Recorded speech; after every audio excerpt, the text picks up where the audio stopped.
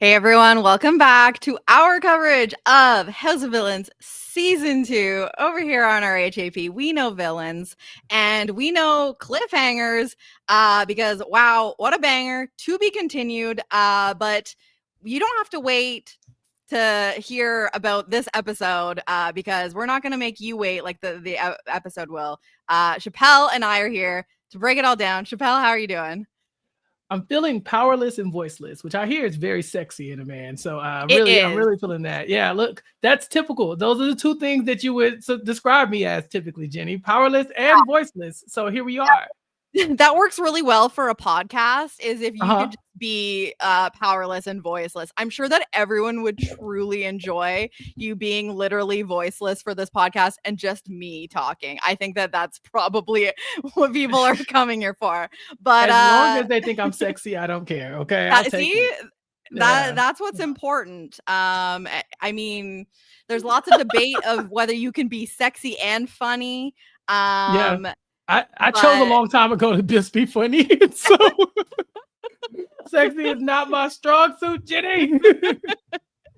I'm sure many disagree. And lucky for us, if you feel powerless and voiceless, maybe internally, we certainly will not silence you here today. Because God, I was saying this before we started recording. Watching this episode, I had to stop myself from texting you numerous times because I was just so excited to talk to you, and then I had to keep like reminding myself, Jenny, you have a podcast. You can talk to Yeah. him when you go to the podcast. Like you don't have to do that. But that just goes to show I was like very excited to talk about this episode with you. Because wow. And I was excited to talk about it with you, despite being very disappointed. Man, they Yeah. got her. They They got the got her. queen, Jenny. They The got her. queen has The fallen. queen. The The end queen. of the monarch? She's Is with it she's with Queen Elizabeth now. Like Candy said, she's dead. She's dead, man. she sashayed away to the grave. Oh my God, Candy, the first Popped one to in right murder beside somebody on Queen House of Elizabeth. Villains, Yeah. right? I mean, she did put herself at most villainous, which is a whole other kettle of fish that Oh, I cannot wait to get to. But God, we you gotta try and know. find. We I'm gotta dying right now. I don't even know what to do. you I'm like, you you know we're gonna talk about that for like an hour and a half. yeah, I'm actually so glad. Okay, like some little inside baseball here for you on the podcast because like look, we're Mhm. keeping it cute and fun and Keeping casual it here. cute and fun. There was a version of this podcast that would have needed to be like a speed podcast. There was a Yes, point when Chappelle and I were going to record this podcast and we needed to keep it tight. keep it tight. Um, and I feel like, fate spoke and said, you need time to talk about this episode that you're about to watch. And plans changed. And listen, I will do my best to not make this the longest podcast of all time, but it's Same. Chappelle and I. And then this episode happened that I'm like, oh God, imagine if we just tried to like speed through this. To yada yada. We'd still be talking about it next week. Y'all, if y'all are here with us, y'all know we're a little long-winded. We are, but Yeah. y'all been rocking with us, and we've been keeping it cute all season, bro. Hour-ish, hour 15-ish. Yeah. You know what I'm saying? Like we've been doing the things. I fear we might have to go long. The time has ended. No, look. We're gonna keep it cute this time too. But Yeah. this definitely is tempting us to go down some wormholes because the end of this episode, having the players rank themselves from least villainous to most villainous, was very interesting. But That could have been in a now whole we gotta talk episode. it through. Yeah, now we need to talk it through. I already am bring us like, my back. biggest question was like, how long do you think it took them to do this? But Yeah. I, here's the thing. I Yeah. just at least feel like now we don't have to hold ourselves back. Like Yes. we don't have to make this a 3-hour podcast, a deep dive into it, even though I know that we are both so We definitely freaking could. capable of doing it. Hey, But at least I don't have this. I don't have the stress of like, oh God, I don't have enough time to Yeah. talk about the minutia of all of these decisions. And just a beautiful episode full of stuff to talk about. Yeah. we're blessed here over on House of Villains, right? Like Yeah, I mean, we just spent 5 minutes talking about what we're going to talk about, and talking about our excitement. That says so yeah, much. yeah, yeah. The queen has fallen. Jenny, I Yes. was very sad, Oh, very I'm sad. I surprised. Yeah, I did you realize that you liked Victoria this much? Because I think she grew on did she not grow on Oh, you? Because she grew up she so much. 100%. I mean, I feel like we've been giving Victoria her flowers the whole We season. have. Damn, she was the first person to get back-to-back cockies, you She know? is. Like, she's the reason why, she's the reason for the season, you know? Yeah. She's the reason why the cocky got, created and our little award here on the podcast. So, I was enjoying her. I was definitely always kind of seeing some of the things that explained why people were so frustrated with her, but I also, like, never felt like I truly understood why it was so intensely, like, vitriolic in some cases, and obviously the Larsa thing is, like, its whole other thing, but it did feel like genuinely almost the rest of the house was irritated with her to some degree, like, and even the people that liked her and wanted to, work with her would be like, yeah, like we hear from New York in this episode being like, yeah, she's loud. Yeah, she's annoying. Yeah, she's opinionated. But you know what? We're too hard on her. Like, so I just feel like I kind of saw that, but I just didn't. It's obviously different if you're experiencing living with her. But I just really, she did grow on me, and I think that I was transparent about this last week, and I was wrong in my prediction. I really did think that when it came down to it, that I felt in my gut that Larsa would go over Victoria, but I quickly felt the writing was on the wall pretty early in this episode for me, which was sad. Mhm. It was like watching a slow car crash. Just too soon for me right now. So no one has any Why idea did what you do that? brain. You didn't have to do that. My brain is broken, Chappell. But anyway, this is how I felt. It was like watching, like in slow motion, the fall of the Queen Victoria, because I quickly saw that her time was up, and it made me sad. I was a little disappointed. Yeah, I was holding out hope. I've been pretty pro Victoria this whole season. Like you Yeah. said, we get named the cocky in honor of her. And Larsa's not my favorite character. I'm not gonna lie and say that she is. And so Yeah. I was kind of hoping that Queen Vicky would fight another day, but you're right. Throughout, it was just looking like the writing was on the wall. Like, you're down bad when New York is defending you. Like when New York literally has to come to everybody and be like, hey guys, let's just extend some grace. I was like, okay. Yeah. And I think it was Wes or somebody who was like, New York is the voice of reason. We've lost the plot. And I think Yeah. at Bizarre this world, point, he said.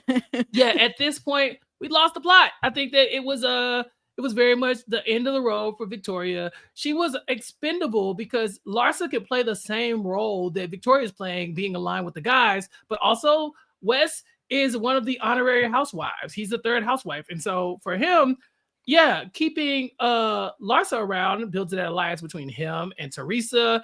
And he still gets to keep his guys in Jesse and Safari.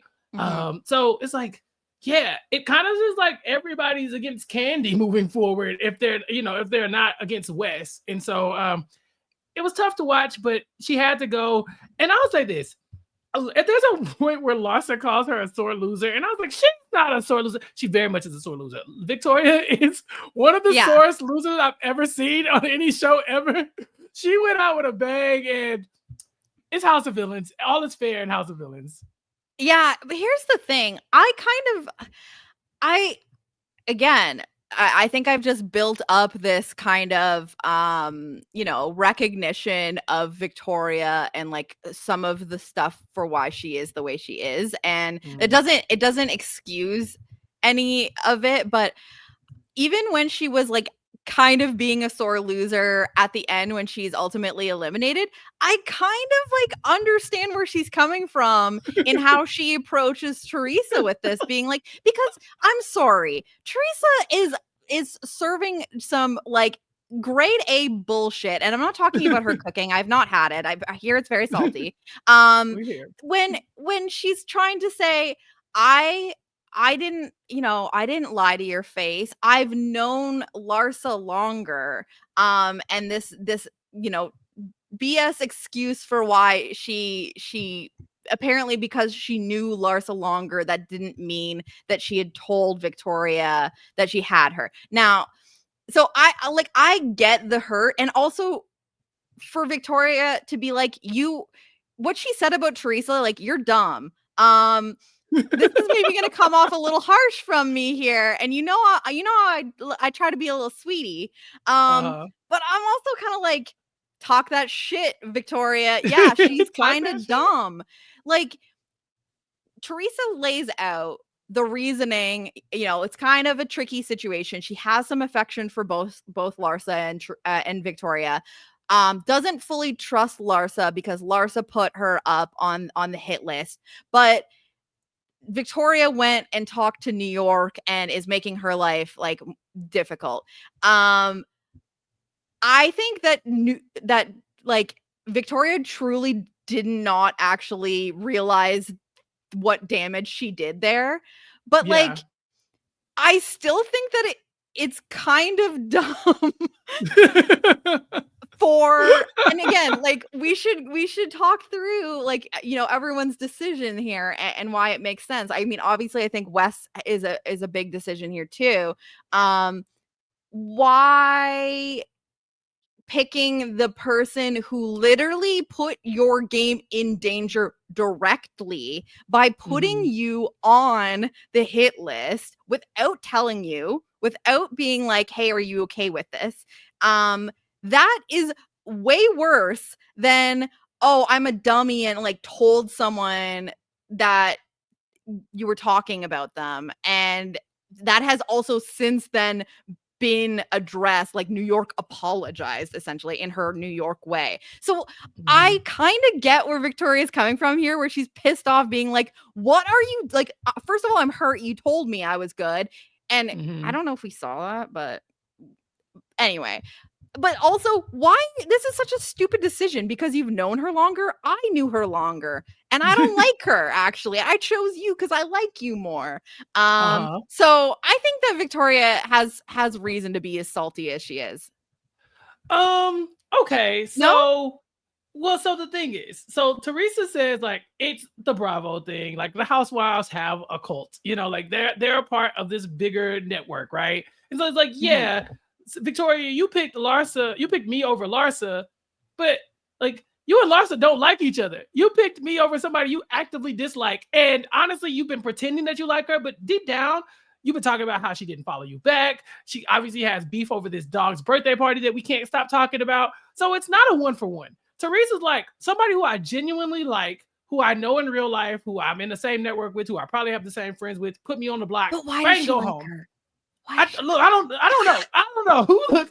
She's not I don't even know. that nice to her She's or very mean. anyone. She's very mean to everyone. But from Teresa's point of view, it's like that's a bigger network and probably a stronger bond than Victoria, who she likes a lot. But at the same time, we're running out of people here. Teresa's now supposed to believe that Victoria's going to pick her over Wes. Right. Maybe, Yeah. Safari, maybe, but not necessarily. So I think that for her, she's like, if nothing, I'm probably gonna lose to both of you, in one way or another. But at least I know Larsa in real life. And after this, I probably have to see Larsa again. If Teresa never Yes. wanted to see Victoria again, she doesn't have to. She wouldn't You have to. know, yeah. Would you really want to make a enemy of Larsa like for the rest of your life? No, you're right. And that's I think that's what annoys me, is that, like, I think you're right in that is ultimately the reason here. Because I'm sure that even if Teresa doesn't care too much about Larsa, that comes with a network of other people that things become awkward Mm-hmm. if there's bad blood. And also, she's seen firsthand how terrible Larsa is to people she doesn't like. I wouldn't be Mm-hmm. actively wanting to put that on myself here. What frustrated me about this is that Teresa is trying to like play this up as like, time to really play the game. Like, I'm gonna flip the script by making the worst like strategic decision. And maybe that is up for debate. But I just think that like, okay, if you truly think that Victoria doesn't really have great bonds with everyone and everyone's a little frustrated with her and would get rid of her if they need to, and you don't see that happening with Larsa. You see Larsa and Safari. Like Safari is like lining up for leftovers. And I'm again not talking about cooking. And like you see people do have like an okay relationship with Larsa and she's playing the game. Victoria's like kind of just on her own here. And I just think that, yeah, if you think maybe that Wes has control over her or whatever, being you choosing her over Larsa is going to win you forever in like indebted like energy from Victoria. And she's someone who's going to constantly be a target in front of you. So strategically, I do think that there was way more reason for Teresa to choose to keep Victoria over Larsa. But personally, in her life inside and outside of the House of Villains house, understand not wanting to piss off Larsa and keeping it. And that makes sense. Yeah, she's maybe not going to say that, but the fact that she was like trying to play up that she's like, she woke up and she's now ready to play the game. Flip the table now. Flipped it. You're like, I flipped the script. Like, oh, like it's a fun Teresa. line. Yeah. But I don't know if I buy that. Yeah, I mean, I'm with you. There's a non-zero chance that Larsa could just put Teresa up next week. You know, like they're just like legitimately. Why would she not? You know, it's like, okay, I didn't think you were going home. I needed a pawn, so I'm putting you up. Victoria probably wouldn't. You know, like you said, she would have undying loyalty. It would be the only person in the house that has shown some type of loyalty to Victoria constantly, right? Like New York, she's winning New York over. But like, you know, I think that for Teresa, yeah, it really is going to be like one of those things where Victoria's never going to forget the people who are nice to her. You know, so many people are being rude and mean, and she's being, you know, she's saying some stuff back. Don't get me wrong. She's no innocent person here at all. But I think she would have appreciated a little bit more. And I think that probably would have carried you more with somebody like Victoria. But outside the game, you know, Larsa on your back. I mean, she's still bringing up this dog's birthday party. You know, like if she's bringing that up, then, you know, imagine what like Teresa, right? Like, I can't do this when I go into the real world. So there's that. And how much weight do you put on Teresa's vote here? Because Teresa doesn't vote here. And Wes says, well, I'm going with whatever Teresa does. And is this true? Did Teresa lead this vote out for Victoria? Or is this just one of the situations where Wes was always going to vote out Victoria? But, you know, he wanted Teresa to be the bad guy in the situation. Here's the thing. I think we see from Wes throughout the episode, he does kind of like lay out the reasons that both are valuable to him. I mean, obviously, I don't think that he wanted Safari to go either. So when it comes down to Larsa and Victoria, I suppose like that's probably an okay situation for him. But he has value for both of them.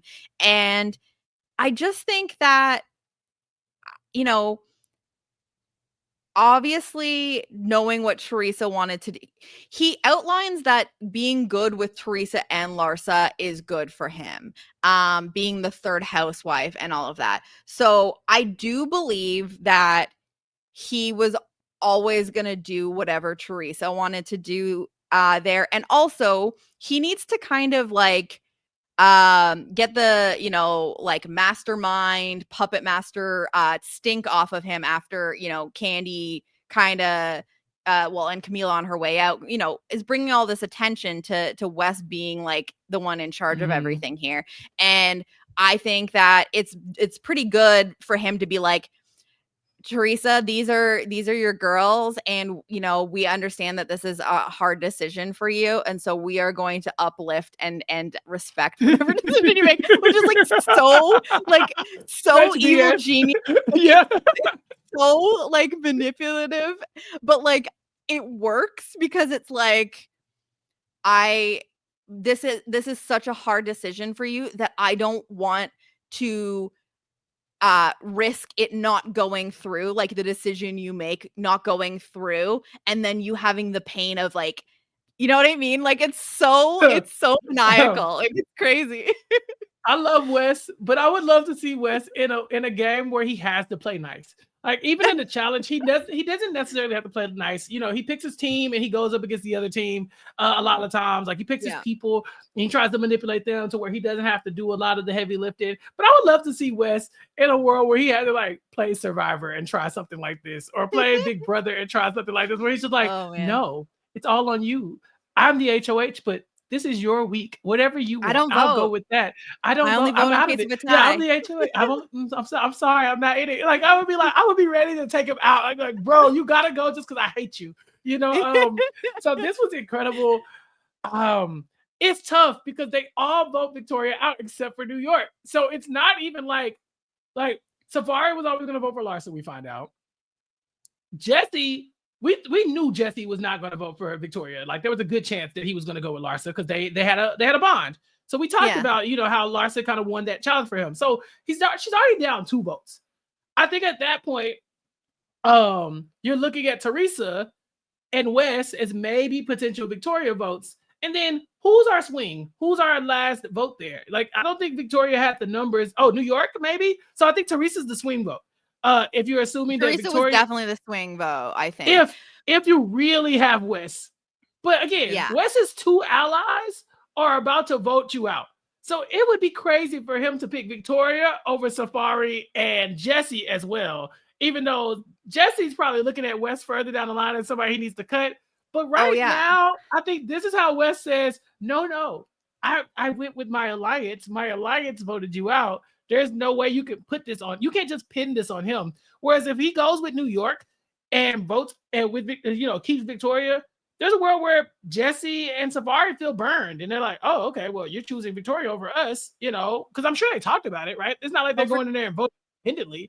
I think Jesse, again, we're like Jesse stands over here on this podcast. You will really always find us hyping up Mr. Spectacular and his gameplay. He's doing what needs to be done. I'm sorry. He is. He truly is. And I really appreciated that we did get a little bit more of his feelings and about his about this decision for him, because we get this confessional from him outlining his feelings about Victoria, where he says, she's the perfect underdog. And on the one hand, that means that she's someone that like I want to stay on her good side, because it's like she's got so many enemies. It's like being on I guess apparently, but like being on her good side like doesn't hurt you. That's like not the worst place to be, especially if she has few friends like that. That's good for you. That's a number. That's someone that's going to help you. But he then says, however, the longer I keep her here, the bigger of a threat to my game she becomes. And I loved this from Jesse, because this is him recognizing that like if you become so much of a pariah and then don't get eliminated and then you fall into the shadows, no one takes you seriously. You're no longer a target because people are just like, no one respects you. No one's going to vote for you. You can't win this game. And then it's like the thing that everyone talks about with like Survivor, where it's like that person that's taking up that seat at the end. Taking up the seat, And I think for Jesse, he correctly assesses his place in the game right now, where he is not a big threat. He is not being seen as a driver of the strategy of everything. He's being seen as a follower. And for now, he's good with that perception because he gets to lay low. But you get to he needs to like sprout up eventually. And I think that if he sees Victoria as another person that is like kind of an underdog, not being taken seriously, like I think that Jesse is seeing that that's his spot for like people to like not really take him seriously until it's too late. And he knows that he can outline everything that he was doing and thinking in the game. And so I love that he has this awareness of like Victoria is not playing the game I am, but like if she falls into the shadows and people don't take her that seriously, she could be taking my spot, and like I need to be in the shadows still. And so I think that is a big part of like his decision here, and that I don't think that he really likes Larsa that much either. I think he's one of those people that is probably looking at the way that she talks to Victoria and is probably even growing some sympathy for Victoria despite not super caring for her himself. Again, I'm that's just my interpretation of it. But what I thought was, and I know I'm doing a fucking monologue right now, but what else was interesting about Jesse and his decision, and I want to hear what you think about this, was the conversation between Wes and New York and Jesse, where Jesse asks Wes, being like, hey, so am I right to assume that you kind of want to keep Victoria? And Wes is like, no, you would be wrong to assume that. And we get this confessional again from Jesse being like, I don't trust Wes.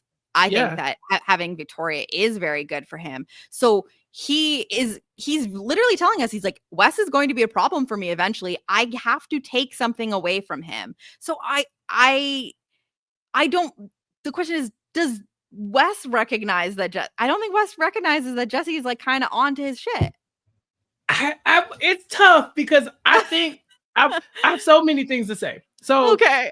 when it Sorry, comes I made to you wait so Jesse, long. no. When it comes to Jesse and like the Victoria taking up his spot, right? It makes a lot of sense. But I think you could even look at it on a different layer. Wes wants to win the game. Mm-hmm. He would have a better chance of winning the game next to Victoria. You know, like Right. whether people take her seriously or not, that is the person you want to sit next to win the game. You know, like she couldn't even get the votes this time to stay. You know what I'm saying? Larsa's not going to vote for her. If it's, Teresa can't be reliable to vote for her. Jesse wouldn't vote for her if she's up against Wes, so Wes could be sitting there next to one of his goats.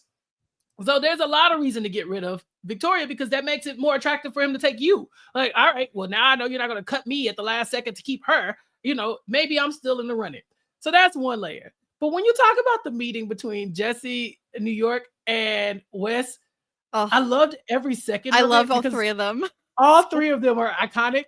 I don't even know if this is a real alliance, but they come in and Jesse's like, all right, boom, the two people I wanted to talk to. What are we doing, guys? Who are we thinking? Are we going to get rid of Victoria? He looks at New York and she just goes and just passes it to Wes. I was like, Tiffany, when did you become this girl? Who is this woman? She showed up. She's like, whatever Wes says, I think I might be willing to cut her. And in Jesse's mind, he's like, that's crazy. It's crazy that you would think that because on the one hand, to the naked eye, Wes should definitely be keeping Victoria, right? She seems to be undyingly loyal to him. So does he have other stuff? Yeah. So does he have other stuff going on?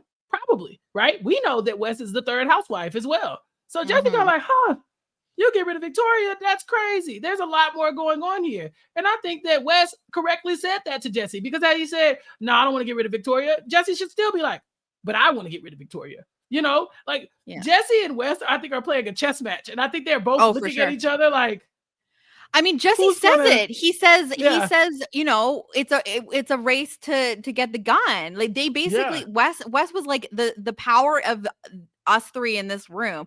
And he's right. I mean, I would say those three are the ones playing the best game, right? You agree? Well, that's the other thing, right? Which is crazy. New York is in this three. I love it. Well, that's the other thing. New York knows where the votes are going. She still votes to keep Victoria, and then on the way out, she gives her a voting confessional. She's like, very big brother. She's like, Victoria, by the way, you played a lovely game. I think you're a lovely person. But it's New York doing jury management in front of our eyes. Jenny, what show are we watching? I love it. Here's the thing. The argument of like the situations where, voting with the House or voting against the House, even though it's not going to go through, is good or bad. I love this for New York. This was impeccable. She can get away with this because I don't think that she has any sort of relationship with Larsa. I think it seems like she's friendly with Larsa. And I think she correctly recognizes that Teresa, who is, Larsa's bestie, especially now that Teresa saves her, like she hasn't won Teresa back. Like the damage was done, even though she tried to apologize and said, I was just doing a little hee hee ha ha. I thought it was just a joke about among friends. But like, I think she knows she's lost Teresa, and Larsa, like, what is voting out Victoria after she's promised her vote going to do, because she correctly assesses that Victoria is the kind of girl that is really going to value that, and it's absolutely correct. I don't know for sure if she thought about it that deeply, but man, I'm loving the world at like where she was. Like I want to live in that world, and I think that it's Yeah. definitely possible. But I just think that also New York, I will always be on this podcast stumping for New York and her character As you should.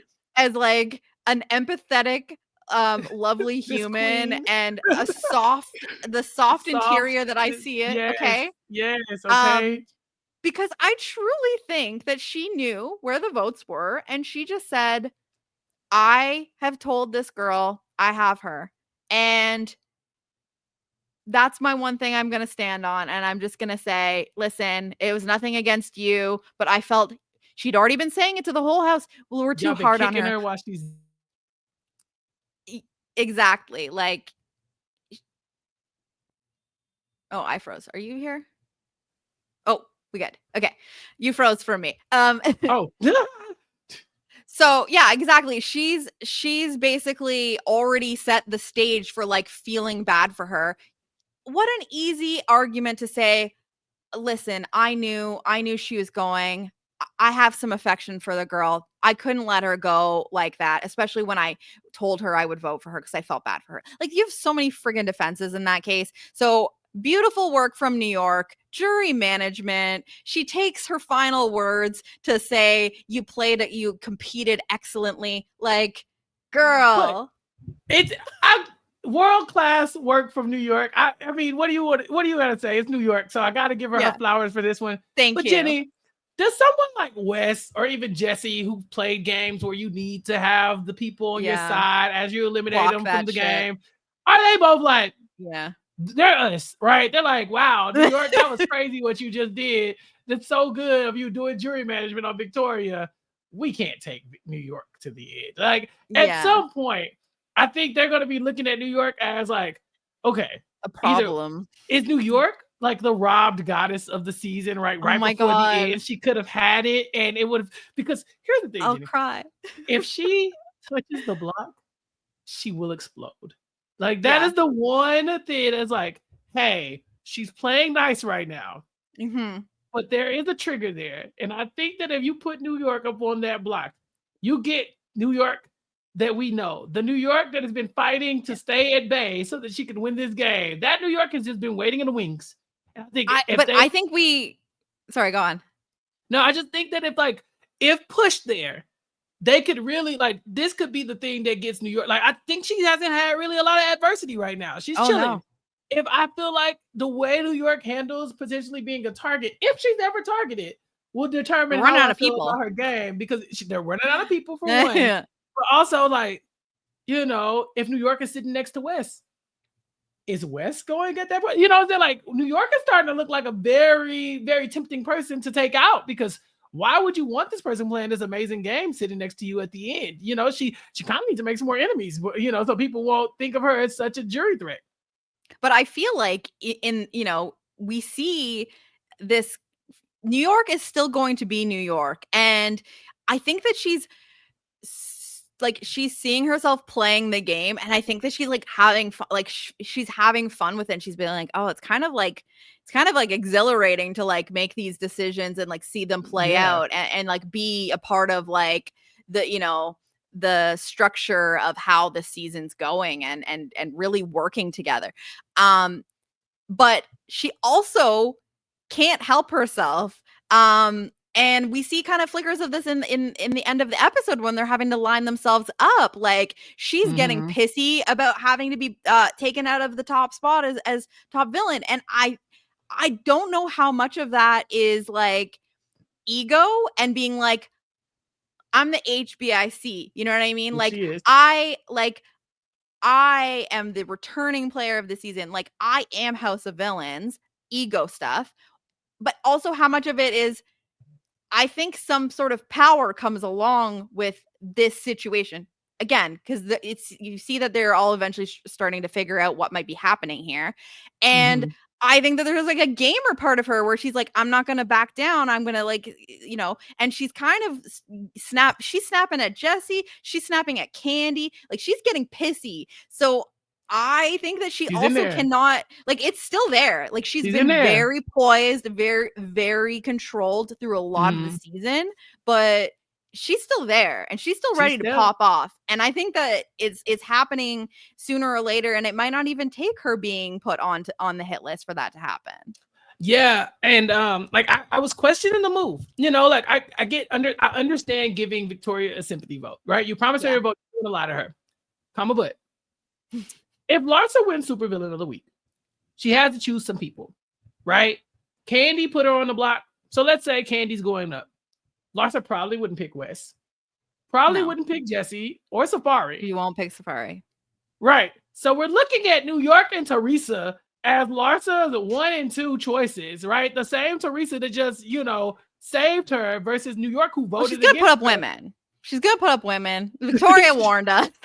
Victoria told us. So, well, here's the thing.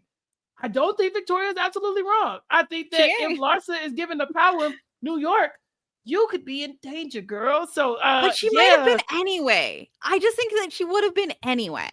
Do you With think how many so? people are left? With how Oh, many yeah, people yeah. are left? Yeah, it would have been really hard to get the vote on Teresa. That is true. but but again, I it is I think Teresa that and it's that's Larsa, and she's backstabbed her before. So, she's in no, a she's tight fully spot. putting up. Larsa would be putting up regardless of how things go. I think she fully, again, I don't know, maybe like if something happens in her brain and then she decides that she's no longer loyal to somebody else that she was like previously loyal to, but like I think that there's more than enough reason to believe that regardless of what happened in this vote, if Larsa was supervillain next, the three nominees would have been Candy, Teresa, and New York anyway. And so Mm, what New York did with her vote didn't really matter either way, and it kind of just comes mm, down to redemption challenge and like what the guys want in terms of like where the yeah, vote goes. So I I don't know. I don't know that it really mattered what New York did, and New York is always kind of gonna like go to the beat of her own drum, and I think that like that's mm, kind of just who she is, and she gets away with that to a degree. So I just think that she knows, like, yeah, I'm gonna do yeah, what I want to do. Nobody tells. She says in this episode, I don't like being told what to do. yeah. So Does she have a strong enough alliance to make it to the end? I mean, we saw her with Jesse and Wes, but is that really the core three? Like, if New York is up against Jesse, is Jesse mhm, going at that point? Or, is New York is up against Candy? It's pro- probably Candy, I right? think I think New York goes over Jesse unless Wes sees Unless Wes Jesse can get as to a problem for Safari. him Right, exactly. and cares more, because I that's the thing, is like, is Jesse a blind spot for Wes? That's what I was I don't think asking, so. right? Yeah, I don't think so. I don't think so. I You think think that he's aware? I think they both see each other, and it's just a matter, like they said, the race for the gun. It's like But I whoever don't has the know that right power at the right time is going to take the shot. I just don't know that Wes has said anything about Jesse and I think recognizing. for me, it's the way he approaches Jesse. Like, he always Yeah. says the right thing. He has not yet given Jesse any indication that he is like working against him.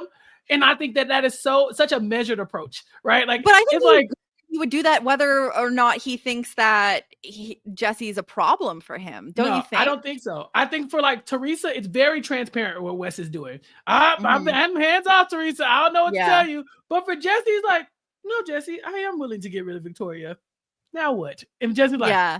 Like chess interesting. move. Yeah, Your yeah, move. exactly. Yeah. Interesting. Yeah.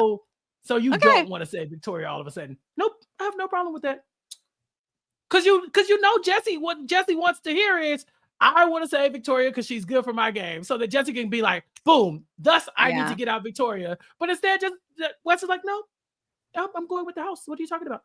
Just like, I think that he could still be, you know, trying to not give that sort of information to Jesse and recognizing that it could be damaging without fully understanding how tapped in and like ready to strike if necessary Jesse actually is. So I think it's like kind of like a combination of things. Like he isn't completely a blind spot for him, but I still don't think that Wes is paying enough attention to that relationship and how it could blow up in his face.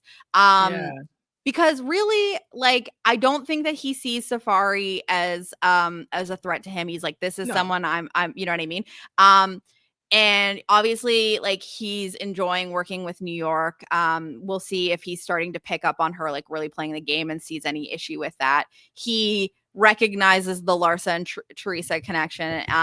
But the only person in the game right now that we've heard him speak highly of game wise is Candy, yeah, you yeah. know? I think that he's maneuvering as if he knows that Jesse is a problem, right? Like I think that the idea that he identifies that Candy is an issue, yes. And Candy is an issue if Candy makes it to the end. But Candy also Mhm. doesn't have any allies. Right now, Candy's enemy number Yeah, one in the house. for sure. You know, it didn't come off like that in this episode. She really did get out one of the house pariahs in Victoria. But make no mistake, everybody in the house has a reason to put Candy up, or you know, this week. I like if she dodges the block, it's because of some random, you know, whatever this twist is, or maybe an immunity or something like that. But there's no reason for her not to hit the block.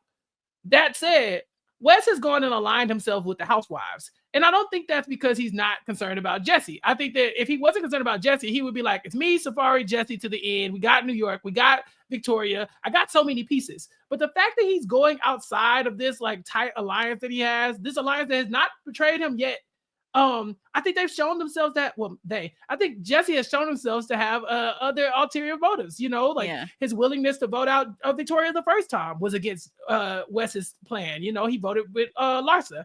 I think that he's proven that, and I think, and again, I think Wes is also very smart. You know, I think when you're talking Oh, with Jesse, you understand that Jesse understands too, right? yeah. Like I think that if it was Safari, I'd be like, yeah, he definitely is not seeing Safari. But Jesse, I think it's impossible to not see him. Even we haven't gotten into it that much. But even when they go to rank themselves from least villainous to most villainous, who are the two people refusing to pick a side?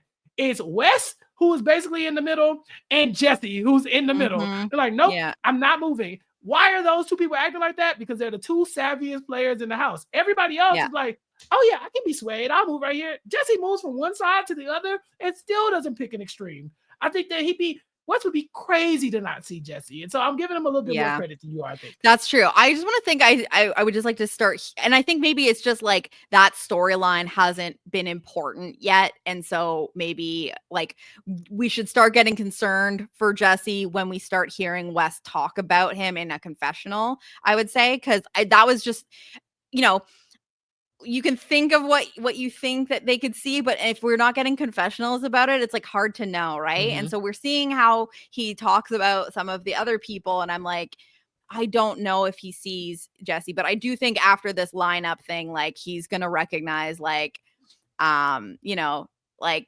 Jesse is in a good position. Like people were Mm-hmm. adamantly saying he is the least villainous, which is true in this house, I would say.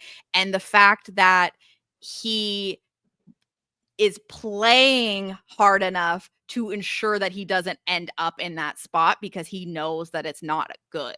And Yeah. that both whether there's like some sort of twist, which clearly there will be, and also the perception of that Mm-hmm. also being bad for him. But Yeah. the one thing I do need to say, and we've been saying that, you know, Candy doesn't really have any allies. I actually think it seems like there's a blossoming thing between Candy and Jesse. And I actually think because we see them talking to each other a lot. I feel like there was Mm-hmm. like a deleted scene that I saw, like, or maybe I just Ooh. like blacked out and missed the scene. But there was like, which clearly that's possible. From like last week, I think, where Jesse and Candy are kind of talking about like their relationship and like kind of working together. And so I actually think that Jesse is kind of like pursuing other options and looking at someone like Candy and being like, "You've lost all your friends. Come hang I've out never with done me. anything to you. Let's Yes. be friends." And look, Jesse should be doing that because Mm-hmm. Candy is a piece. Listen, Yep. Jesse should be looking at this as the Jesse versus Wes war. And Wes should Yeah. be looking at this as the Wes versus Jesse war. Okay. These are the Not two the West sides. versus Candy war. Not the Wes Yeah. versus Candy. Candy's dead to rights. If anything, Wes should be trying to pull Candy in, you know? Yeah. But yeah, if Jesse's able to pull in Candy, at least he has an ally who will go after Wes. Because currently, his current allies will not. I don't think Larsa would go after Wes. I don't think Safari would go after Wes. New York doesn't seem too interested in going after Wes right now. So, I mean, Jesse's not really aligned with Teresa. Teresa is aligned with Wes. So, Yeah. he needs to start building his army against who would actually take the shot at Wes. Candy had the opportunity to do it and did not take the shot. So now he needs to be reeling her in and being like, hey, remember who was the one who told Candy to even think about, like, is that advantage even real? It was Jesse. Did Jesse you like, ask questions? did you look at it? Did you actually Yeah. see the advantage? Okay, I think you should check it out. Jesse has never once taken his foot off of Wes's neck. It's just been very, very like in the shadows, but they're both doing the same exact thing. Wes came in, I think, from a position of power, and now Jesse is starting to try to pick off pieces to come in and combat him. And I love it. yeah, this is so good. It's crazy because these people are all insane. I know, like I have to laugh, and we do, about how serious and intensely we can talk about the strategy of this game with very few people to start. It's a small cast. There's only so many ways that things can work out, and the entire cast is like insane people. People that are just supposed to be like wild characters, and the fact that we're getting this like incredible strategic gameplay that we can like pick apart so meticulously on this podcast is so funny to me. It's really, really funny. I just think it's so good. It's really funny. But one thing, yes, we've got this like Cold War brewing between Wes and Jesse here. And I think the other thing that we are going to, I'm upset we've lost Queen Victoria, obviously. She was a very big part of this season. Her presence was felt in every single episode. And it is for that reason that I'm saying this is a turning point in the game, because now that she is gone, that is not the default go-to option to throw up to say, oh, this is the target, or like, oh, well, maybe we just get rid of Victoria finally. And anybody can get it now. So now it's like people actually have to start showing their cards, because it's so easy to use Victoria as like the house target. Oh, she won the redemption challenge, so damn, like we can't get her out. Pick somebody else. Yeah, exactly. So I really think that this is like a turning point strategically in the game, where we're running out of people. People are gonna have to put up people that they wouldn't have put up a round or two ago, and it's gonna get spicy. Like you say, Larsa wouldn't put up Wes, but I don't know what Larsa would do. Who knows? Who the hell knows what Larsa would do? Who knows? Like, she can't even admit, like, she's like, she can't help herself. I can't believe what she would do. We've legit spent an hour talking about the strategy. Do you even want to talk about some of the like the beef between Larsa and Vicky? Because this was interesting, right? Like, Victoria's calling her a tacky old lady and who attacked her home and her clothing. And Larsa's like, I don't want to get out of character with Victoria, while continuously getting out of character with Victoria. Which I would think of, like, at this point, is it out of character, or is this just this is just kind of what you do? Right. Yeah. This someone who has activated a very real part of who Larsa is. Right. And so, but she doesn't want to accept that that's a part of who she is. So she says it's out of character. Right. Because New York being like, hey, everybody chill, like chill on her. And Victoria comes in and Larsa just shuts it down. Like, just instantly shuts all of this down. So it's like, Victoria, on the one hand, she's not doing herself any favors, right? She could completely avoid Larsa in every way and probably survive a lot of these interactions without having all of this blowback, these back and forth. That's just not who she is. So she's the type to come in and be like, thank you for inviting me because you're so kind, and some people aren't able to go. And Larsa's like, why are you talking? She's like, It's like, okay, Victoria was not definitely she wasn't talking to you, but she was being a little shady towards you, you know. So it's like it goes from 0 to 100 real quick with both of them, and it's Yes. the majority of our episode for sure. Yeah, it's still a lot of it. You know, we see Victoria recognize at a certain point in the episode, like she says, like, I need to stop responding to her because it does me no good. Like that's why it's like hard to watch because I think that she's like she can't help herself. She will always defend herself if someone comes at her, but she's like recognizing that it's like this is toxic and if I don't respond to her, like maybe it will just stop. But Mhm. I like you know, like you mentioned that part where she comes down in New York is like talking to the house and saying like, you know, lay off her a little bit. And Larsa's like, no, she talked over me. Da, da, da, da. What As I she's thought was talking over her. actually exactly. What I actually thought was like the ugliest moment for Larsa was really at the end of the episode when they get up and they're doing their like final pleas before everyone votes.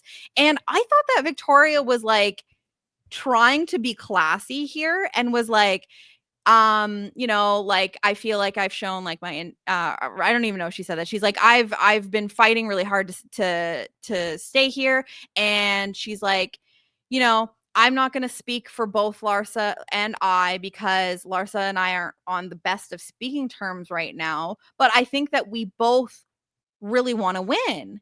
Uh-huh. And I thought that was her trying to like be like, hey, these are two people that really care about being here and fighting to stay. And like that was like a sign of her trying to be like respectful and be like, I'm not gonna be like, I want to be here like more. I deserve to be here more. Like I actually felt like that was Victoria trying to extend like this little olive branch of like respect of being like, hey, I don't want to speak for you, but I feel very strongly that these are two strong women that care about winning. And immediately Larsa pops off and says, "Well, you're actually a sore loser." And Yeah. I was like, "What? Why?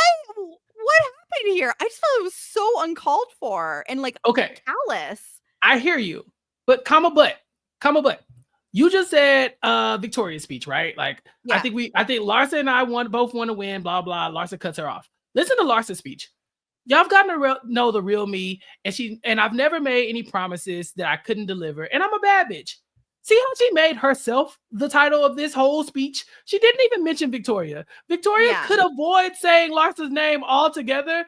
I She can't agree. help herself. It's like someone pisses you off and they really just want to apologize about it. And you're like, Yeah, no, I actually just need time. And they're like, but do you forgive me yet? It's like, no, I need time. And they're like, okay, is it time yet? Is it time yet? Is it time yet? It's like, hey, you know I don't like you. Why are you even mentioning me? Talk about you. Talk about why you yes, want to stay here. The fact that you were she brought right. up Larsa's name is her just like it's just one more time where it's like Victoria might not even be doing it on purpose, but I she don't think can't she is. help her. But she Yes, can't help herself. You know, yeah, it would have been so easy for her to stand up there and be like, Wes, I've been working with you since the beginning of the game. yeah. I really want to be here. You know, I hope y'all vote for me. And I'm a bad bitch. No, no. She's like, I think Larsa, don't talk about her. She's No, crazy. That lady I hates you. Leave her I alone. fully agree. I don't think it mattered, first of all. Yeah. But I don't think that this was a good final plea from Victoria. But I do believe that even though she should have just not even mentioned Larsa's name, like you said, the way that she did felt like she was trying to be like the Yeah. bigger, like be respectful and be like, hey, I recognize you as an opponent, and you know, I feel like we feel very But similarly why does about she want to do the that? game. But why does she I want to just do that think right now? Right? Like that's the question. I think it really bothers her deeply that that Larsa hates her and she doesn't understand why. And I get this as someone who, you know, I've let this go in, you know, as I've aged, but like it drove me nuts when I could tell someone didn't like me. And you almost are Mhm. like you spend so much of your energy just trying to like act differently to see if it's something you're doing and that you can like adjust how they feel about you. And that's kind of what I see what Victoria's doing, where she's like, okay, maybe this is my time to be the bigger person and like kind of, you know, acknowledge her in this different way that's saying like, hey, these are two people that really care about winning. Like we, you know, And it's not the right thing to do. You just have to let it go. You just have to let this Yeah, go. And some people are not let it going to like go. you. And I think that she just can't help it because she's like, She can't. maybe I'm the problem and I've been too, like, I shouldn't be snapping back at her. But like, no, what you need to do is just I stop and let can't it go. help it. Yeah, she Yeah. just can't help it. That's the thing. Like, had she got up there and mentioned her, if anything Larsa says back at that point, that if she doesn't mention Larsa at all, that's a Larsa problem. This is, we have determined that we don't like each other.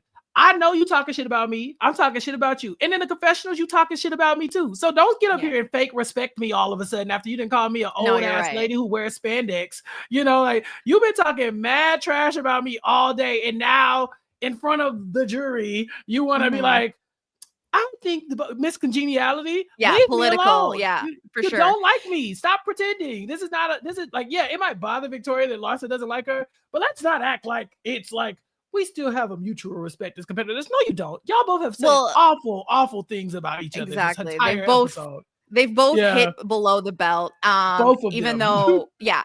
And I think that Victoria, she it feels like I think that she's feeding into this victim complex that Mhm. is what Larsa absolutely hates She about her. hates this. This is the thing Yeah. she hates the most. Exactly. Yeah. Like, woe is me. Like, we're both, Yeah. don't look at this like we're just competitors. We just want to be here. No, you actually don't like me. I Mhm. don't like you, and that's okay. But it's okay to say it too. It's not like, well, we should feel bad for them because at least Victoria's being respectful. It's like, I see what you're trying to do. I see what Yeah. you're trying to do. And I'm not gonna allow it. I'm shutting it down. I wish Victoria hadn't done that because I'm Team Vicky in this argument for I sure. know. But I'm just Yeah, we like, are. dang, like I wanted to go into the screen and be like, stop talking to Larsa. Your life will be better off if you just stop. Stop it. I really do think that she can't help herself, and that doesn't make it okay. It explains why she has these kinds of conflicts with people over and over Mhm. again.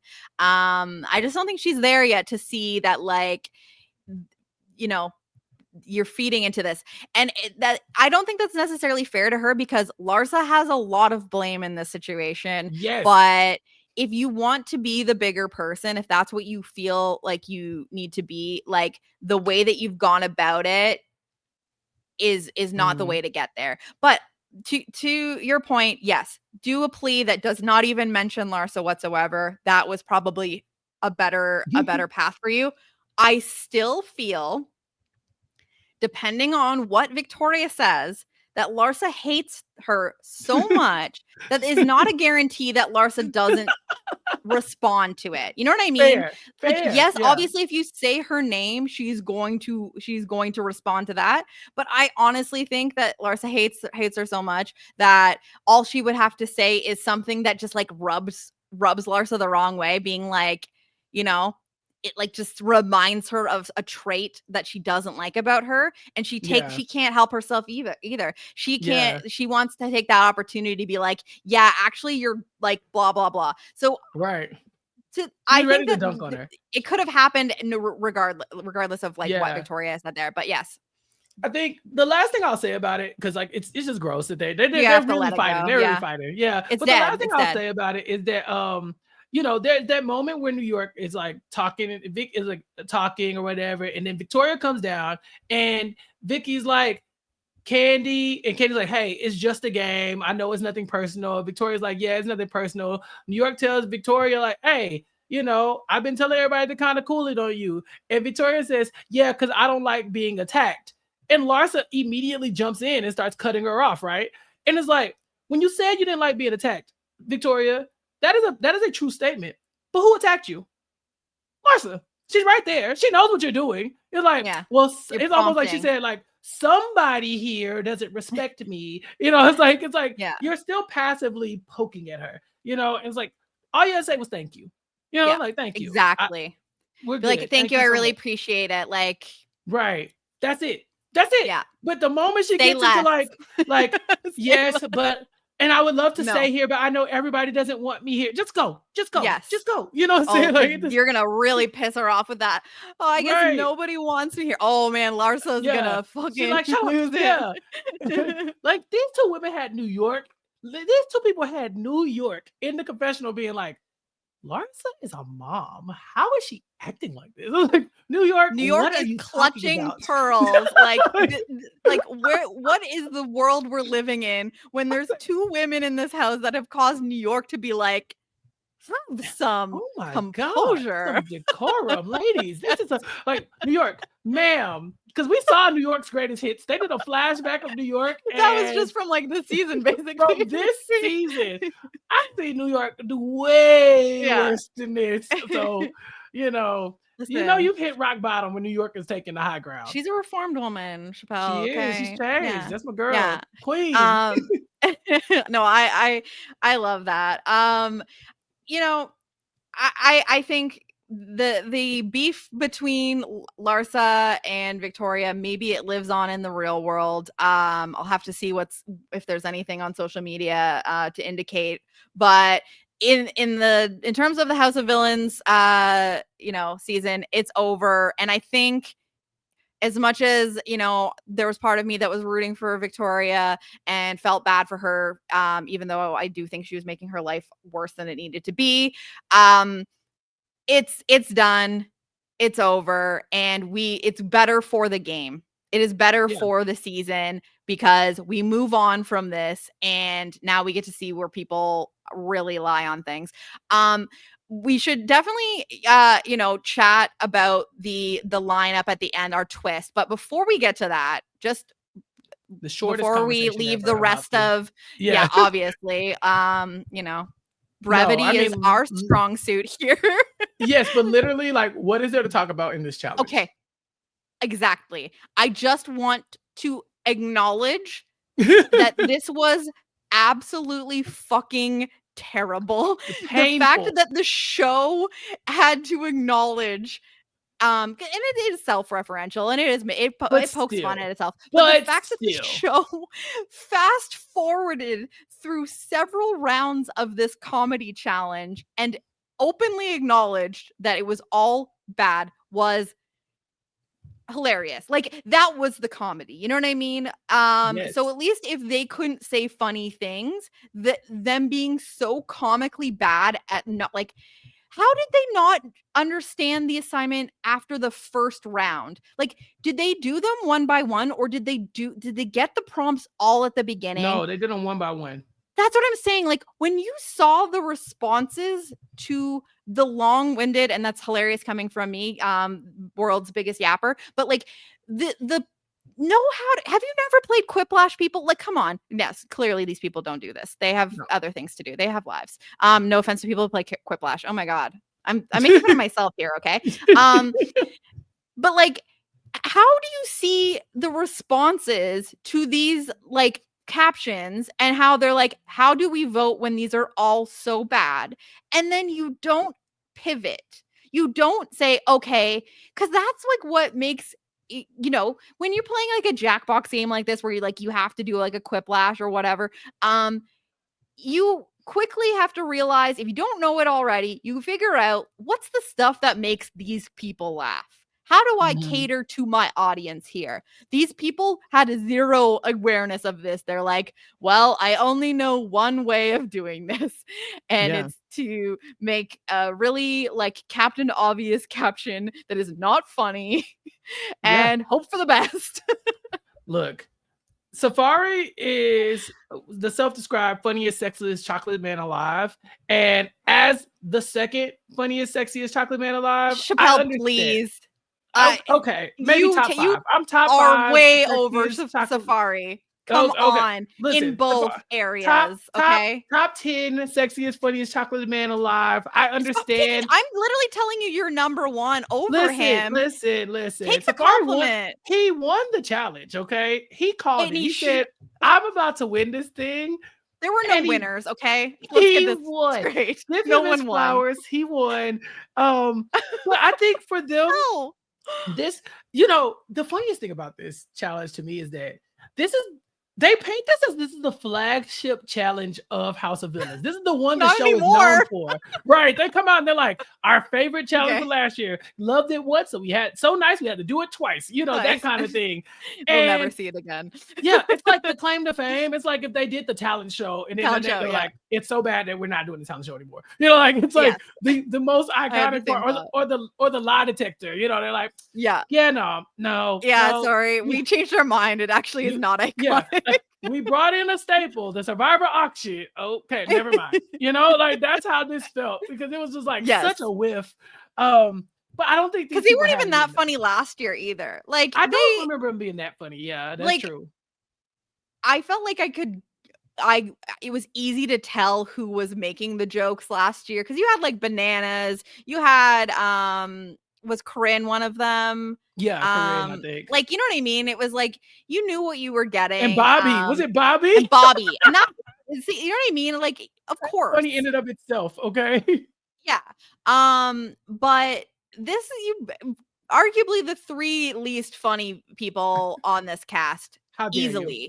Sexiest, Well, funniest, okay. chocolate Actually, man Safari alive. here's the problem. Safari is the funniest of those 3. And I felt like this did not showcase that whatsoever.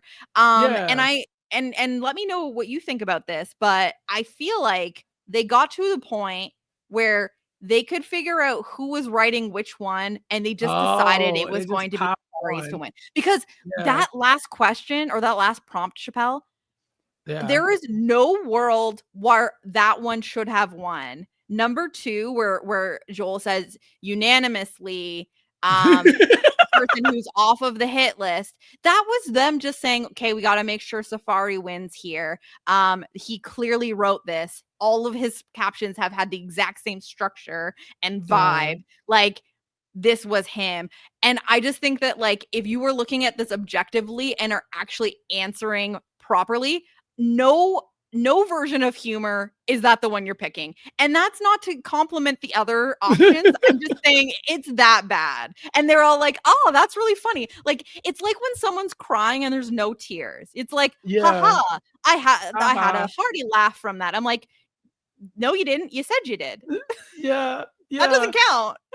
I mean, I'm not even gonna lie to you. By the time that got to Safari, I wasn't paying attention to the last vote. Like I could not tell you what the last picture is. I do not know. I don't know what it was. It was Teresa behind the bars in the challenge. And his prompt was like Teresa doing nothing to win her first challenge where she's safe. It was like, it didn't make any sense. It wasn't funny. It didn't make sense. And all of the prompts were bad, but at least the one, and I don't even remember whose prompt it was. It was like, oh, this feels like home to me. Like, at least make a joke about how Teresa has been to prison. She looks like she's behind bars. Like, that's the joke. That is at least a joke, not describing the image, which is what Safari was doing. So wait. So if that's the case, do you feel like they always wanted Victoria to go home? Like even at this 3, because they could have done the same exact thing and just threw it to Victoria if they were going to do that. Why did they want Safari to win so bad? They always planned on voting out my queen right here. Was she always going?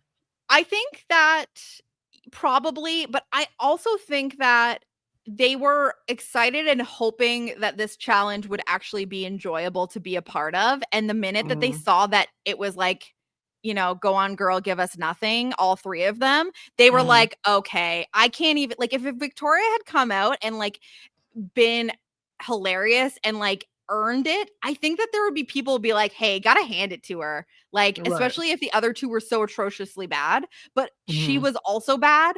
And so I think that it was like, for a little bit, they were maybe trying to answer honestly on like what they thought was funny. And then it just became like, these are all bad. So we just have to decide who's winning this.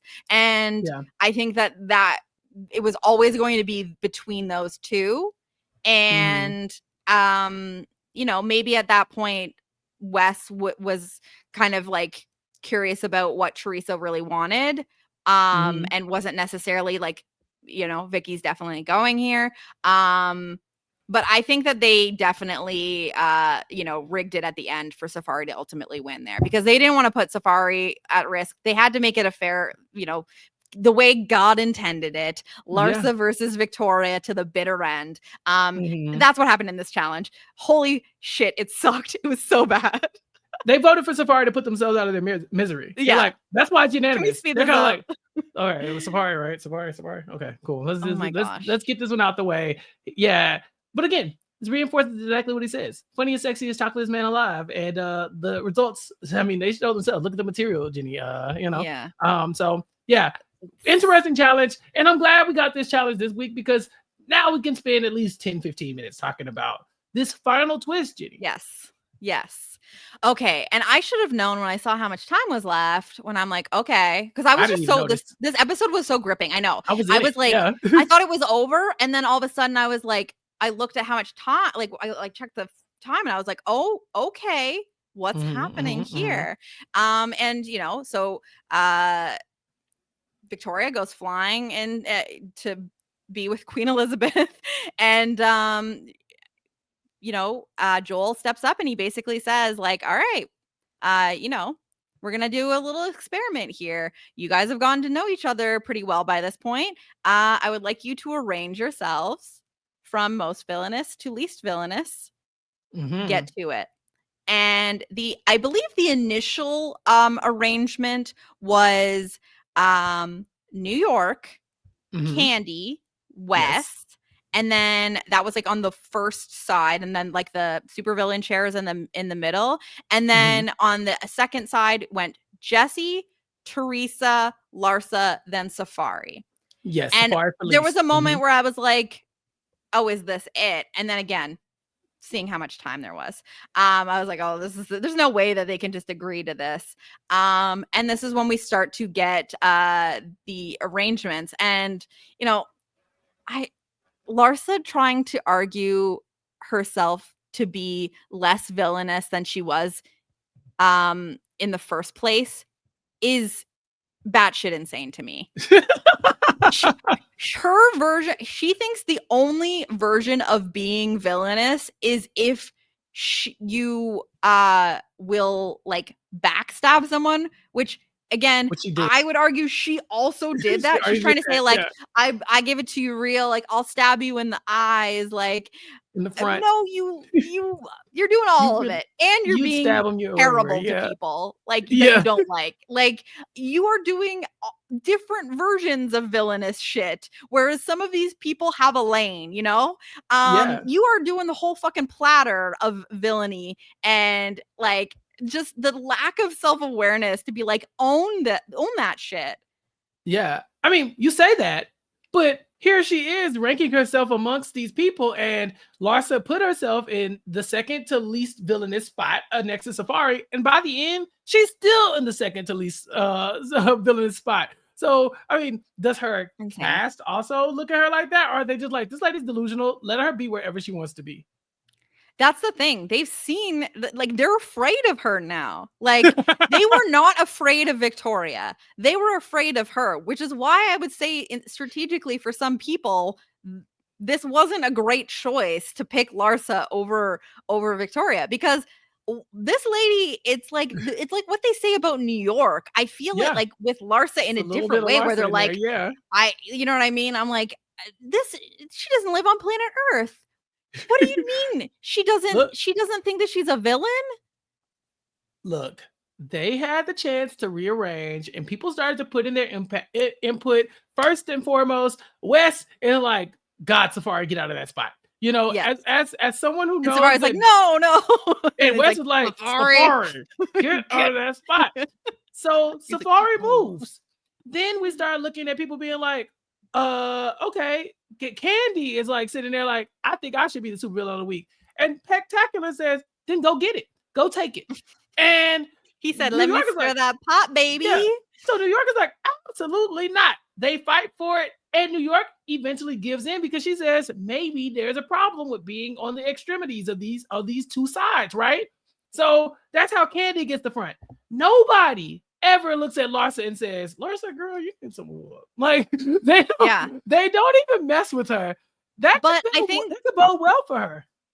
I think that it's because, and Wes kind of outlines it, and his strategy for staying in the middle was that like most and least could either be really good or really bad, and you have no way of knowing which is which, or if both are the same, or you know what I mean? And it's like the Mhm. risk is not worth it. So make sure you're not in those spots, but also try to make sure that the people that are in those spots are like the right people for you, Mhm. where, you know, you're not in trouble. And I that's where I kind of wonder for Wes, like if he thinks one of the most or least villainous, whoever is on the ends, one of those people ends up being automatically supervillain of the week because of how they arrange themselves. Does like having Candy on the end, because he ultimately lets Candy be on the most villainous over New Yeah. York, which Yeah. if it's power, New York having power over Candy is way better for Wes. But Absolutely. do you think that he was just banking on, like, you know, maybe he's made progress with Candy and it's not a huge deal and he's not going to get involved? Like, he's just, because he stayed pretty quiet through this whole thing. Yeah, I think Wes didn't want anybody to be like, "Hey, you know who's villainous? Wes." You know, like I Yeah. think Wes wanted to stay out of it because at some point Jesse starts getting pushed to like, "Hey, you should move." And I think Larsa was Mhm. like, "Yeah, get on the end. You're the least villainous." And Jesse's like, "No." And New York's Nope. like, "Yeah, go ahead down there." Jesse's like, "I would rather go to the most villainous side than to go all the way to the end of either side." And he Yeah. does switch. Now, mind you, it was spectacular who told Candy she needs to be on the most villainous side. I So know.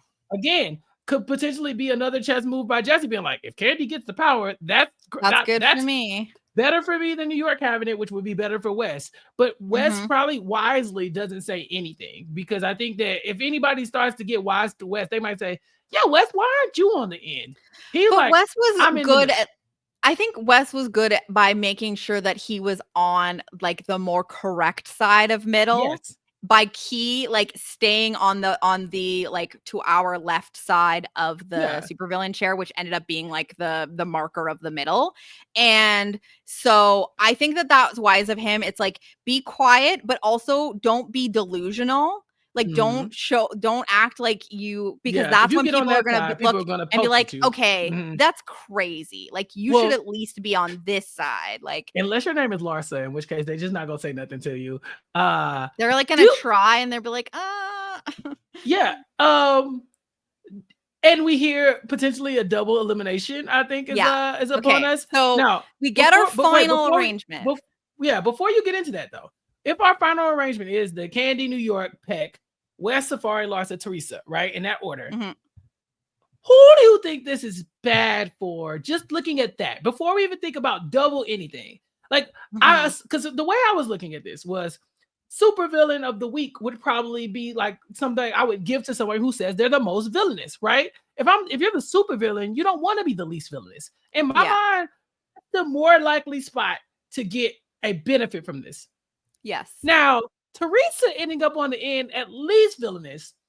I was like, is, is it bad for Teresa? Not even thinking like double anything, just Yeah. based on like if I had to put myself somewhere, Jenny, if you had to put yourself somewhere, what do you think? Do you think that you'd be aiming for? I either need to be the most villainous, the least villainous, or somewhere like smack in the middle. Do you think there's a preference for something like how you would approach this?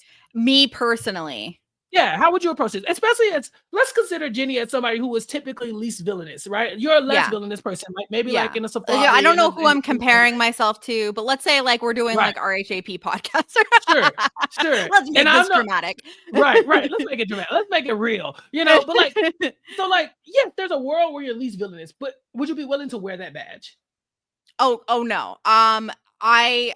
I don't wanna draw attention to myself, either way. I would be aware that, yes, it could be power. Yes, it could be, immediately eliminated, or, like, yes, you're automatically on, or there's so many things that it could be that are bad, and also the things that are good are not necessarily good for me in the way that I would play this kind of game. I would not be wanting to draw attention to myself and having Yeah, to because I would be playing more of like a Jesse game, I would think. I would be like, not ruffling feathers, and having to be the person, like, getting blood on their hands and stuff like that. So for me, but also I think I'm self-aware about the like kind of person I am and how I would play, that I would be trying to keep myself in like the second least, Yeah. maybe the third,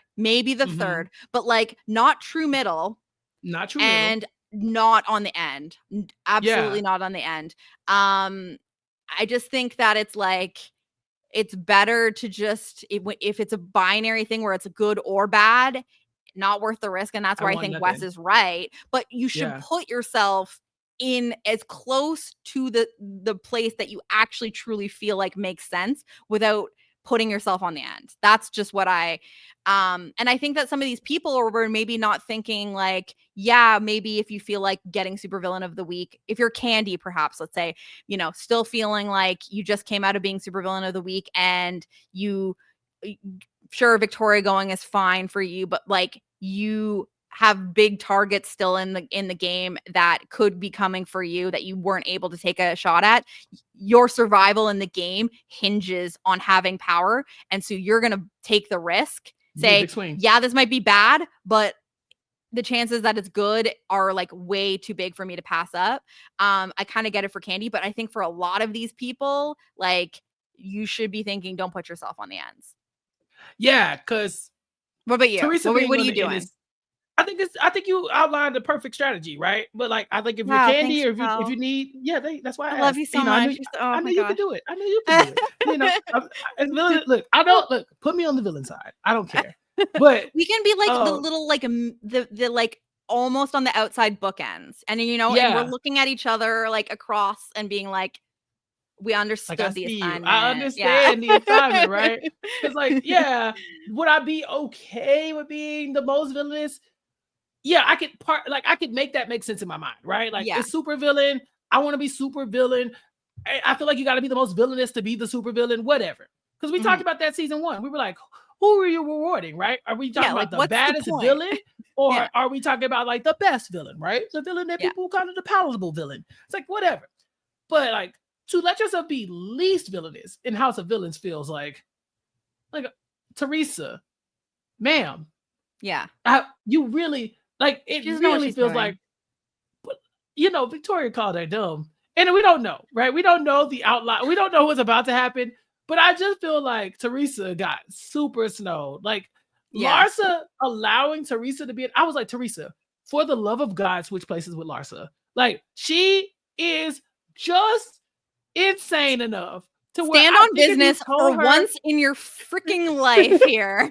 Like Teresa, do something. Damn. I was like, Teresa, Larsa is the one person of all these people, not named Safari, because I think Safari would have fell for this too. That if you said, you know what, I actually truly think you're less villainous than me, she would have been like, yes, I am. yes, And I would have, am. I'm yes, virtuous and wonderful, and I was the victim in all of this. Yeah, yes, how, thank real you. Mother Teresa. Which Right. I that was think the most Larsa, fucking sane thing. I'm sorry. I We didn't loved talk it. about that music I video. loved Like it. I loved this every show second of the is Mother Teresa crazy. video. It's I so loved every funny. second. I loved every Toilet second of it. paper to Safari on the Right. toilet. Like anyway. And Jesse drinking the milk. But that's the same thing, right? So we know that was Mother Teresa. Teresa told us all episode that woman was gone. So here's your chance to Where be the fuck like, I just betrayed Victoria. I am more villainous than you. Larsa, get down here. And so yeah. it's like, I was sitting there kicking and I was like, come on, damn it, girl, do something. But she was trying to get like Teresa was looking at this too factually, So which I understand because you're like, Jesse, yes, I think that in terms of this game and everything we've seen, it makes sense to say for sure Jesse's the least villainous. Everyone likes him. He hasn't pissed anyone off. He hasn't been super villain of the week, so he hasn't had to. Like there's such an argument for Jesse being the least villainous here, and that's who she's trying to get. Also, she mentioned Wes. She said Wes or Jess over me, and I'm like, okay. That was what my first question. I was like, Wes put himself in third. Like he knows that he's not. But But like Teresa, girl, just she's move. You know, like, dang, yeah, I and don't I care just who you put there, just go. and then she acknowledges and she's like, yeah, like I really do think that Jesse is less villainous, but like, you know, I'm not gonna fight him on it, which I think goes to show that maybe I am the least villainous. Like she's just gonna let him have it. And I'm like, oh, like okay. Just do something. So here's the thing. Like you said, I didn't Poking mean her to with the cut you off stick, do earlier, but something. yeah, I didn't mean to cut you off earlier, but Joel does What? say double elimination. Oh yeah. And now I'm like, okay, you have options here too, right? It could be the two people on either end are getting eliminated instantly, or maybe they're immune. Maybe they're immune and one of you people are going in the middle, right? Or okay, no, Yes. keep going. You have more to it. Yeah, sorry. I thought Well, that I I was gonna thought say, or super villain of the week is safe. The least person is going immediately, and the super villain of the week is still doing a normal nomination ceremony like like a we always do. double eviction, Yeah, like like we're quick getting rid of round. one of you right now, and now super villain of the week needs to pick nominees. But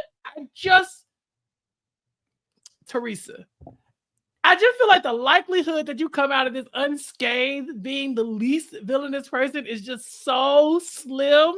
Yeah. But I would love if the show threw us for a loop and we're like, nah, we're gonna reward Teresa for being the least villainous. Candy, like, you know, maybe it's y'all. Maybe the people on the block this week are the most villainous people. You know, So who this is knows? do you want to hear what my Yes, current yes, again, there absolutely. are a lot of different ways that this could go because we don't really get any explanation before it goes to be continued and everyone's shocked faces. Simply that Joel says, all right, you probably wondered why we did this. This is a surprise double banishment. What I think he means by double banishment is they literally just Got rid of banished Victoria. and there will be one more person being banished while they're there, I guess, like in the Yeah. stronghold or whatever it's called. What I think might make sense because he says Candy is the most villainous and Teresa is the least. And I think that what might make sense is there is no supervillain of the week. There is no redemption challenge. There is no hit list. We go straight to two people up for banishment. It's Candy as most and it's Teresa as least. And we vote between these two immediately. Everyone votes, except for those two. And it's kind of like a way of being like, okay, we talk about this. Like, what is the meaning of being a villain? Are we rewarding villainy? Are we, you know what I mean? What better test of that when you have the two binaries of the villain spectrum here and you say, okay, who do you want out? Here? Yeah, what kind of game you playing here? Yes. And that's what I think could make sense. I'm not like sold on it, but I think like that makes sense. Yeah. I like that. I actually was leaning toward maybe Candy just gets super villain of the week because she is the super villain in this scenario. But I like your version but then better. Why? Like, what does it mean with having someone at the end? What, like, because it does seem like Joel mentions both of their names. He doesn't. He doesn't read through the line. He says Candy most villainous, Teresa least. You guys have all seemingly agreed on this. Yeah. Double banishment. Why did he mention both names? Because Candy's immune, Teresa's automatically on the block, and I want you going up against her. I don't know. Listen, I like your version better. Or sorry, Candy picks the other person as super villain of the week, maybe? Sure. Yeah, sure. Whatever. I like your version better. All that to say, yada yada what I was thinking. Your version is better because Chappell, you are like flattering me so much today. No, it's just so it's because you are not villainous enough, you know. So I kind of love it. But here's the thing. So if you got Candy and Teresa up there, who's going home? What you think? I think I don't actually know. Talk about Jenny. I know. Well, because I wasn't prepared, even though this is what I think is going to happen. Was your idea. I wasn't prepared. I was like, yes, Jenny, I wasn't ready. Let's go on the journey. Okay, no, we're here. Let's do it. I think that despite Wes being like, man, Candy was supervillain of the week and I like outsmarted her and stay off the block. Wow, I'm the best ever. I don't think that he tests fate twice and is going to lose the opportunity of getting Candy out of the game. And if he has as much sway over some of these people as he thinks he does, or we are led to believe that he does to an extent, I think Candy goes. This is the perfect way, though, to test the Wes versus Jesse Yes, that's why I Cold want to know. War. That's And why I want to know. but I think it's tricky because I think Jesse is more powerful with Candy as a vote. And I think that if it's just up to Jesse to save Candy, I don't know what sway Jesse has enough with other people. And God, it's really hard to convince people to get rid of Teresa. It is because she's right Like, there, you It's know? so funny. So I Yeah. worry that Jesse, if this is a situation, Jesse tanks his game trying to save Candy here, and it's all for naught, and Candy still goes. Nah, I think Jesse knows. He knows to go with the house. He's a big brother I player. He hope knows what to do. so. I don't But think what if Jesse's he's gonna like, get caught up by this. I don't know. Yeah, like I would hope, but like I worry about that because like, what is going to be the straw that breaks the camel's back between Jesse and Wes? Because something needs to happen. The feud is brewing. You know what I mean? I need to see Well, what causes the first blow. yeah, because 1, 2, 3, 4, 5, 6, 7. There's 7 people in the game. So I mean, it's not going to be a tie vote. This is really the swing.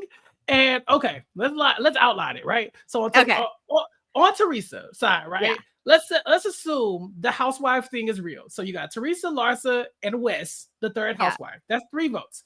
Then let's assume. So I assume Teresa and Candy don't vote because they're going to vote for each other. Right. So you got Teresa has Larsa and Wes. Candy has everybody else. Candy would have Safari at that point. Yeah. So New York is not voting for Teresa. But like, what's New York's relationship with Candy? That's the what thing. Does New York want here? New York, is New York the swing vote? Don't do that. We cannot handle New York being the swing vote. Okay. Listen, no pause. We can't. I have to break this down. Okay. So we can't sleep until we figure this out. We cannot. Safari is going to go with Wes. He's not going to break rank. He's not going to break rank. He's not. So Safari and Wes are automatically going to vote to keep Teresa along with Larsa. That's 3 votes. That's it. I think that even if New York is like gonna go against what Wes wants and is like, not super besties with Candy, but like knows that the Teresa thing is never going to resolve itself, and that's someone you need to vote against. If it's just New York and Jesse, that's not enough. Yeah. So Jesse's coming with them. So that I feel like New York is the sole vote again. I don't think I think she's going to. I think she flips. I think if this is a double and it's Candy versus Teresa, I think Candy is cooked. I don't think there's anything Jesse stop it. Okay. So here, back to what we talked about earlier in the episode about New York making the decision on when to go against the house and not vote with the house. I think that if this truly is the way things play out, and she knows, once again, the writing's on the wall, her allies are going to keep Teresa and vote out Candy here. There's nothing she can do. I still think it's worth it to her to make the vote and be the sole vote for Candy to stay, because one, like I was saying before, she's got nothing to gain with Teresa. The Teresa Larsa kind of contingent, that's like, you know what I mean? She's not gaining any favor there anymore. And Candy leaving the house, feeling good about New York, going to jury with all her friends. We heard Wes say Candy's been playing masterfully, not being afraid to be like on the other side of the vote, sending her friends out of the house feeling good about her because at least she stuck with them. Candy ultimately goes, and if she feels like, you know what, New York was the realest bitch here, goes back to Camila, Rich, like is just like, well, okay, trying to get Rich to vote for New York as well. But we don't even know what the situation is. I'm just saying, like, it's not the craziest decision for New York. My issue is still that, like, I don't know if New York can New York voting against the House basically is like throwing Candy a bone as the one vote is really gonna buy that much good blood with Candy because just seconds earlier, New York and Candy are arguing, and New York's like, Candy, I'm gonna let you have this because I don't want to take a bite out of a ham hock right now. And I was Oh my God. what is happening? This is what I'm saying. I'm like, she is still there. You know what I mean? Like she's trying. I don't know if this vote is gonna. She just was getting pissed off at Jesse. She called him a pterodactyl looking bitch. She did. That's what does that mean? What are we doing? So yeah, she's getting squirrely. She can't help herself. Yeah, I think Candy is cooked. If it's Teresa versus Candy, I think Candy is cooked. Oh, it's bad. That's a bad vote to be in. Yeah. Now the question, but yeah, Candy's cooked. I don't it's hard to imagine because you would need Larsa to flip, and although it could happen, it would also be insane of Larsa to go against Teresa at this point. It would be oh my God, absolutely ludicrous. And I would be on here next week, in 2 weeks, because we're not getting an episode next week. But in 2 weeks, being like, what the hell just happened? I would legit be confused. But that's what I'm saying. It's like if that ends up like playing out where like Larsa puts Teresa up on the hit list when she was supervillain of the week, and it's like, oopsie, you were never in trouble. I saved you, blah blah blah, and then like it's just like, just kidding. You're like, you kept me over Victoria, who also loved you, and I'm ultimately going to burn you. Like that was the worst decision you ever made. Anything like I said. Who knows what the hell Larsa's doing? Anything can happen here. But yes, I do think that is a pretty difficult vote to imagine Candy getting out of against Teresa. But yeah, I think it'll be interesting. Like you said, we've got 2 weeks to think about all of the different ways that this can play out, because it looks like no episode next week, Thanksgiving. Nope. I believe the same thing happened last season where there was no episode the week of Thanksgiving. So it appears that our next episode, which is episode 9. Yeah. Oh wait, this was episode 9. Was it?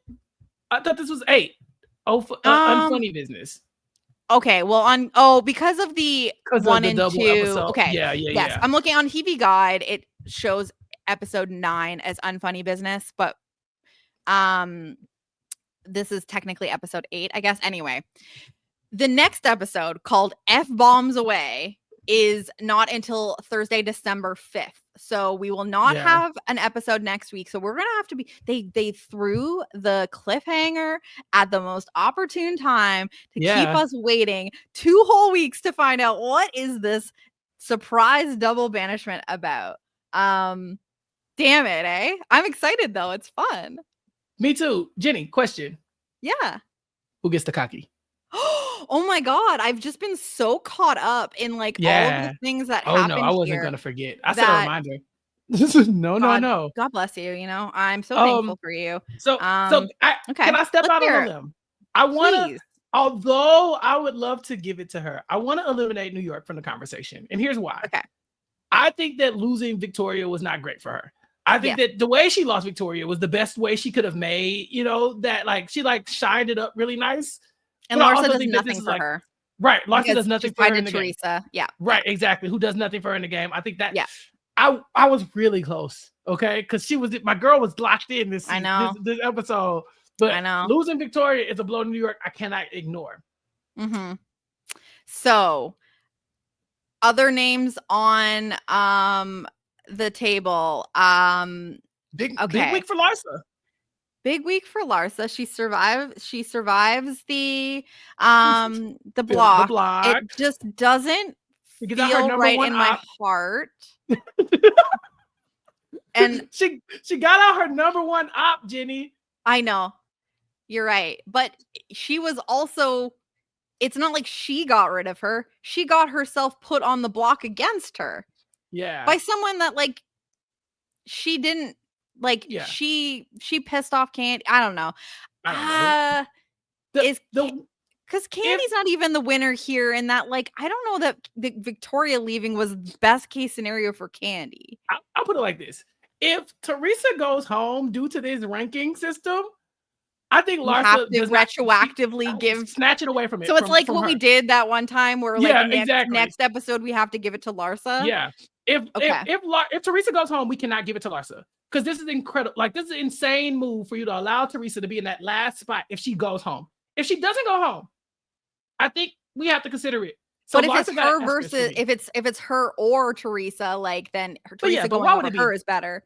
Yeah, but But she should have just left Safari right there. Well, no, because Safari was right there. She should have pushed for somebody Wes else. wasn't gonna let Safari stay there. Yeah, and Jesse was never Safari gonna go. wanted to stay there, and it took him finally being like, "Oh, I see what's happening."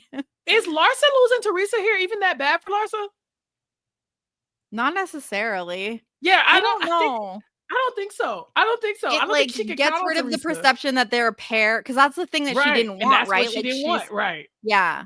It served her for this long.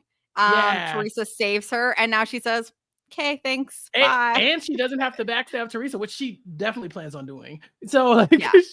she doesn't have to backstab her. She might get her Bravo vote. I don't want to give it to Larsa because for reasons, but at the same time, like, I think that there should be an asterisk right there, just we have just put a pin on it.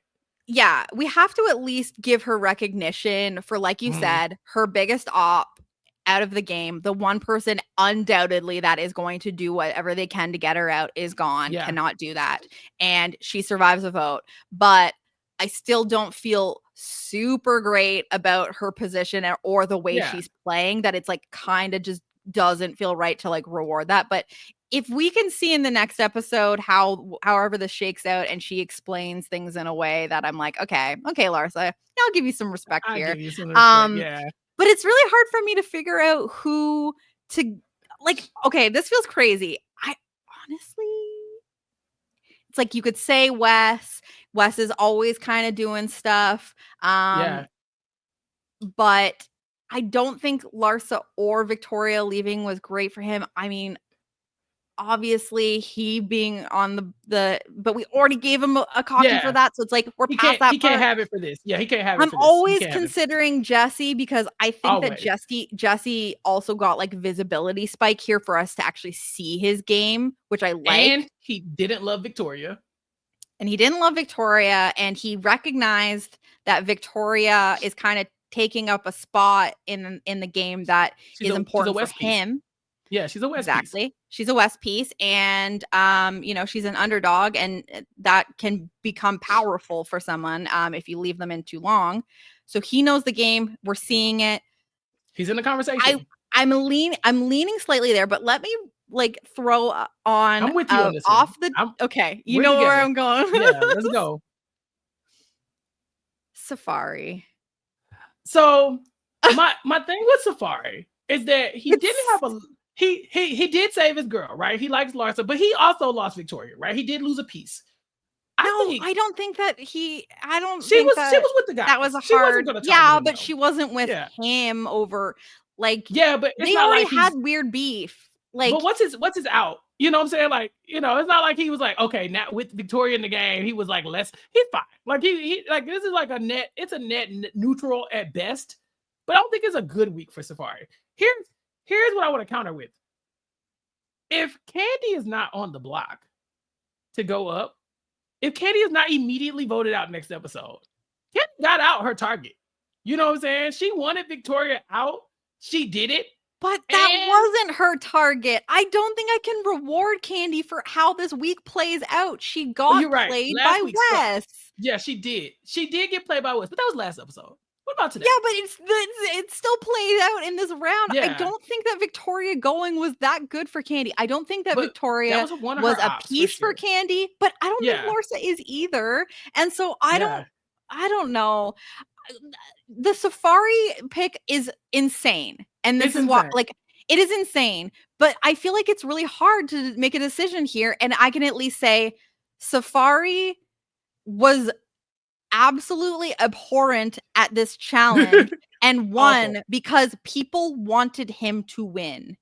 And he won a challenge in this episode, and he with the help of Wes, recognized that he was putting himself perhaps in a bad situation and saw what he needed to do and got himself out of that potentially bad situation. Okay. Those are my points for, and maybe he at least got also Larsa in this episode to admit that it's maybe ex-boyfriend. Maybe. So he might have even made some like romantic inroads in this episode. I mean, that is his superpower. That is why he is a villain. His romantic prowess is why he's here. Sexiest and funniest. And talkiest. Okay, here's my last pitch. Okay. I don't feel comfortable giving it to Safari. But here's the thing. I don't really feel comfortable giving it to anybody right now. And this was a to be continued. So what if we give the cocky a to be continued? We see what happens or we next give episode. We can be crazy like the time that Stephen Fishback gave the fishy to like the elements. And we give it to Joel for coming up with this twist. Because Joel did. That's what I've decided. Joel made it up all the time. He's like, let's do it to be continued. Let's see what happens at the end of this double boot. And then whoever it's a cocky tease. Right. Yes, we needed a cocky tease. It was about time. How do we make it this far without that joke happening? You know what? Our minds. Okay. Let's do a to be continued. To be continued. Where next we'll come back in 2 weeks. We find out who's eliminated. We also find out who gets the cocky. When the smoke clears from all of this, we see who's standing and we say that person gets the cocky for episode 8 and 9. Okay. I love it. I think that is a fair way because I didn't feel super strongly about any of the choices. Right. They all kind of had a caveat or like kind of a thing where it was like, not really. And I can't believe like for the lulls, like I was almost like really gonna stump for Safari there just because, but no, you're right. What else do we have? Yeah. Team Cocktease. And we will find out in 2 weeks what this surprise double banishment means and who is going to receive the double cocky. Oh my god. Yeah. I mean, you wait 2 weeks to finally get it in, man, to get the cock tease. You gotta go double. Yeah. Oh, wow. That's crazy. I'm pumped. But I like this was so much fun.